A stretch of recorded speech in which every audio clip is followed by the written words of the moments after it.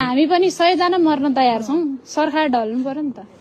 यिनीहरुले यो उज्यालो हुन पनि दिँदैन हाम्रो उ भएन कि यो अलि बोलाउनु भन्ने हो कि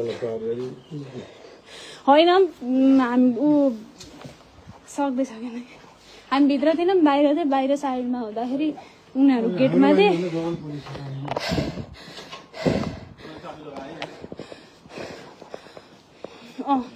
ठीक छ हैन बोक्नु न मान्छे भएन दाइ प्लिज क्षितिज दाइ कहाँ हुनुहुन्छ अघि मैले भनेको नि हल्कामा लिनु हुँदैन भने आउनु पर्ने होइन त राति दिउँसो भनेर हुन्छ यहाँ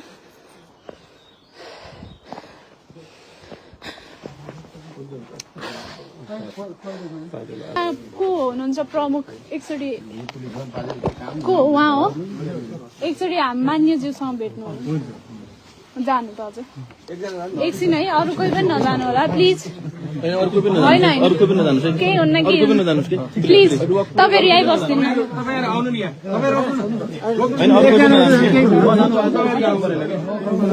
ए एकजना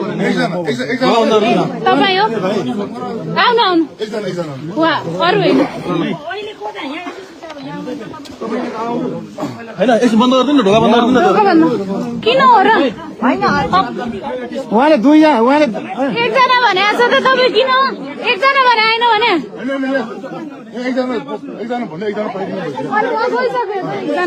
एकजना गइसक्यो त तपाईँहरूले एकजना भन्नु भएन र अन्त ढोका बन्द गर्दिनु त तपाईँ यता यता साइडमा बस्नु नि समय 9-10 बजेतिर आएको भए हैन एउटा बिरामी मान्छे किराबाट भर्खर उम्केको मान्छे हैन हिजो चाहिँ त्यो आन्दोलनमा चाहिँ हाम्रो प्रहरी दाजुहरुलाई चाहिँ कुटी कुटी भालाखोजी मार्नेहरु चाहिँ बाहिर गएर अलि शान्ति देखाउने हैन यो त अमानवीय व्यवहार हो नि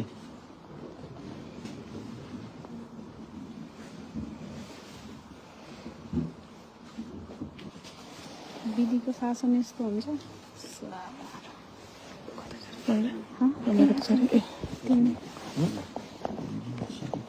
हामी आफ्नो तयारी गरौँ बालाई लिन दिउँ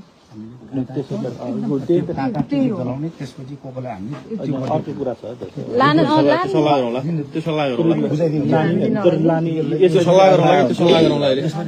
के पेपरहरु ल्या होला त्यो